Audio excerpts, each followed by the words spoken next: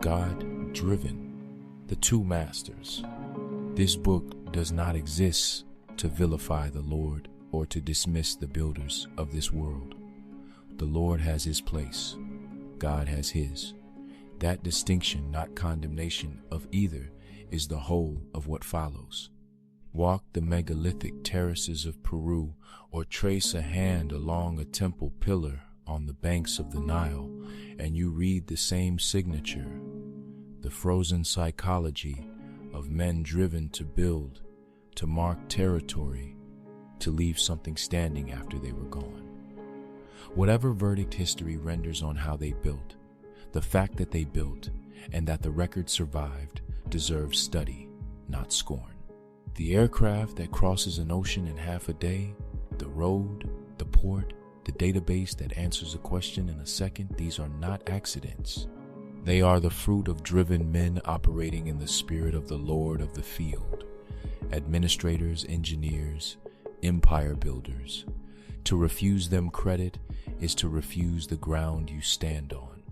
But to worship only that, to forget the wild, ungoverned source beneath it, is to mistake the machine for the maker. This is the confusion this book was written to end.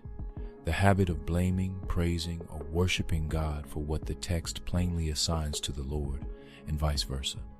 Genesis draws this line early and often. God makes the wild beast of the earth. Genesis 1:25. The Lord forms the beast of the field. Genesis 2:19. God creates male and female together in the same breath as one act. Genesis 1:27. The Lord administers closing wombs in Gerar, sending plagues on a house, forming a man of dust and setting him to labor. One is source, the other is manager. Scripture keeps them separate. Readers have not. Once that distinction is in hand, the rest of the ledger opens up. Why Cain's offering was rejected on economic grounds rather than moral ones. Why Nimrod built empires before the Lord ever came down to look.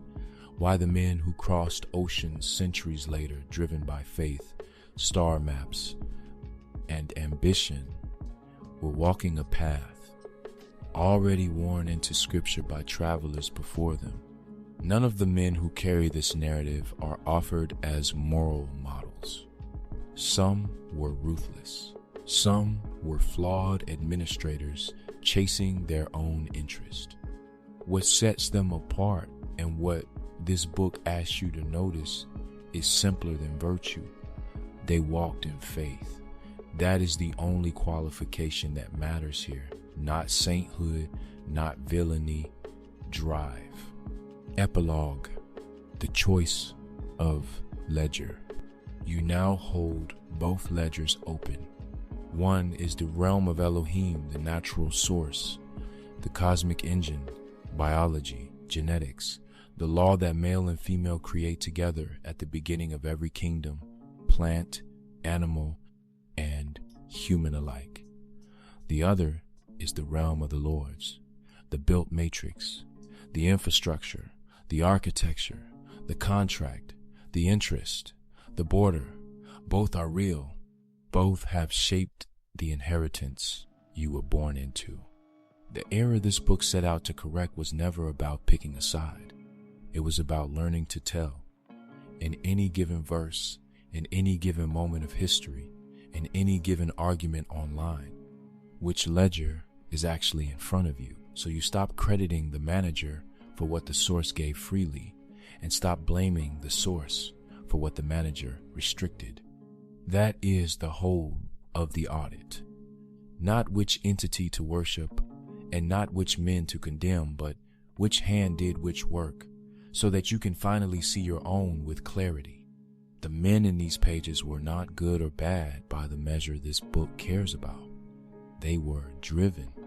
The invitation, now that the ledger is untangled, is the same one it always was: to walk in faith toward a destination you have chosen, using both what God has made and what the Lords have built without confusing the two and without owing either your ignorance. For more context, subscribe at tropicvita.com to access my exclusive content or leave a comment or contact me to schedule a complimentary conference. Thanks for listening to another Sovereign Professor production by Rondale L. Jordan. Peace.